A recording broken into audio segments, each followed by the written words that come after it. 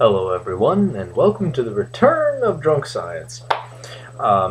So, we're going to do a brief explanation tonight of one of those classic questions, why is the sky blue?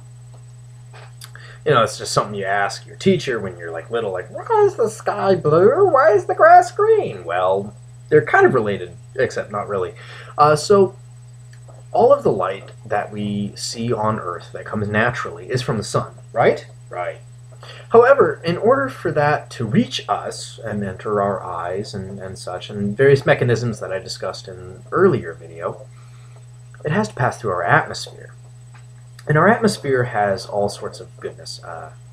Nitrogen, lots of nitrogen, oxygen, carbon compounds, various and sundry things.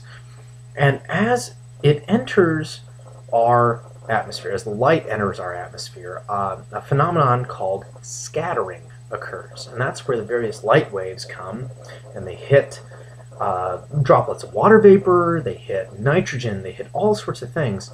And some wavelengths scatter around. Now, if you remember in my video about sound, I talked about sound in terms of frequency.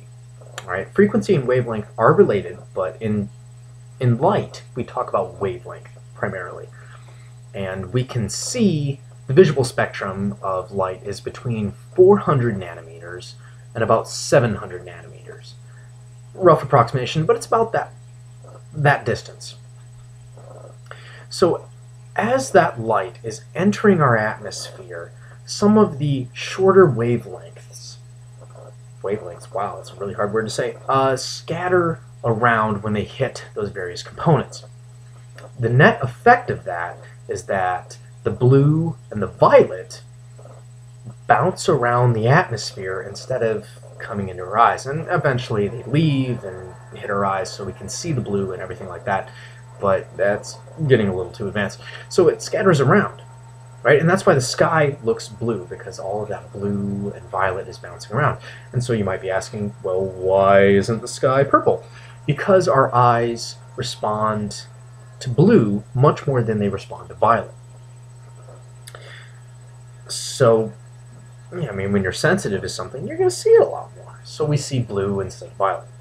Now, why do we see these lovely sunsets? You know, the red and the yellow and the orange and all these wonderful colors.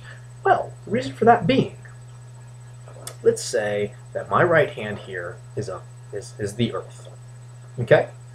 So if you're standing like right here, right where the flat of my hand is, the flat of my fist, in the middle of the day, light is coming straight in and it's scattering around, but it's coming straight in and just hitting you right there. Okay? It's passing through a minimal amount of atmosphere.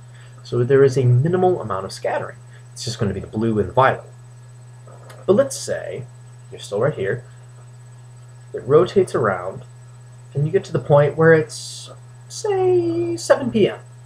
on a spring day, you know, or 5 or 6 on a winter day, you know, whenever. When the light comes in, it's passing through a whole lot more atmosphere, right? It's passing through a whole lot more of a filter to cause that scattering. So more scattering occurs, and more wavelengths get scattered.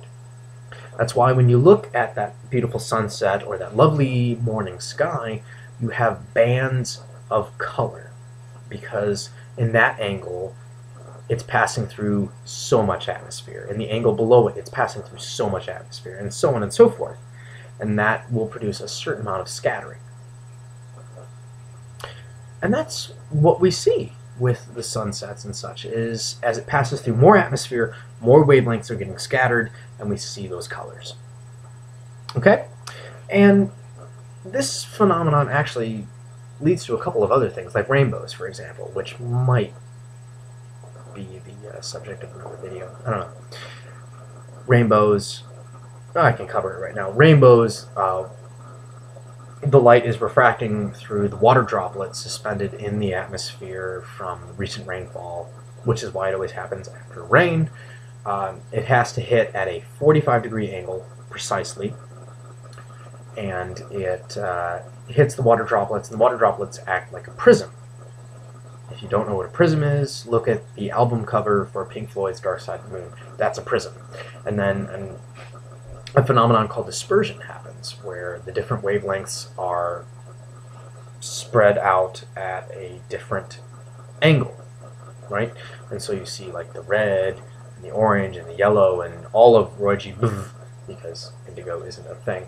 But we see all of that spread out at various and sundry angles, and that's how we get a rainbow. Double rainbows are similar, but a little bit different. But so it's been a while since I put up a video. I just wanted to get something in there. If you have any suggestions for the next topic that I should drunkenly rant about, please put it in comments.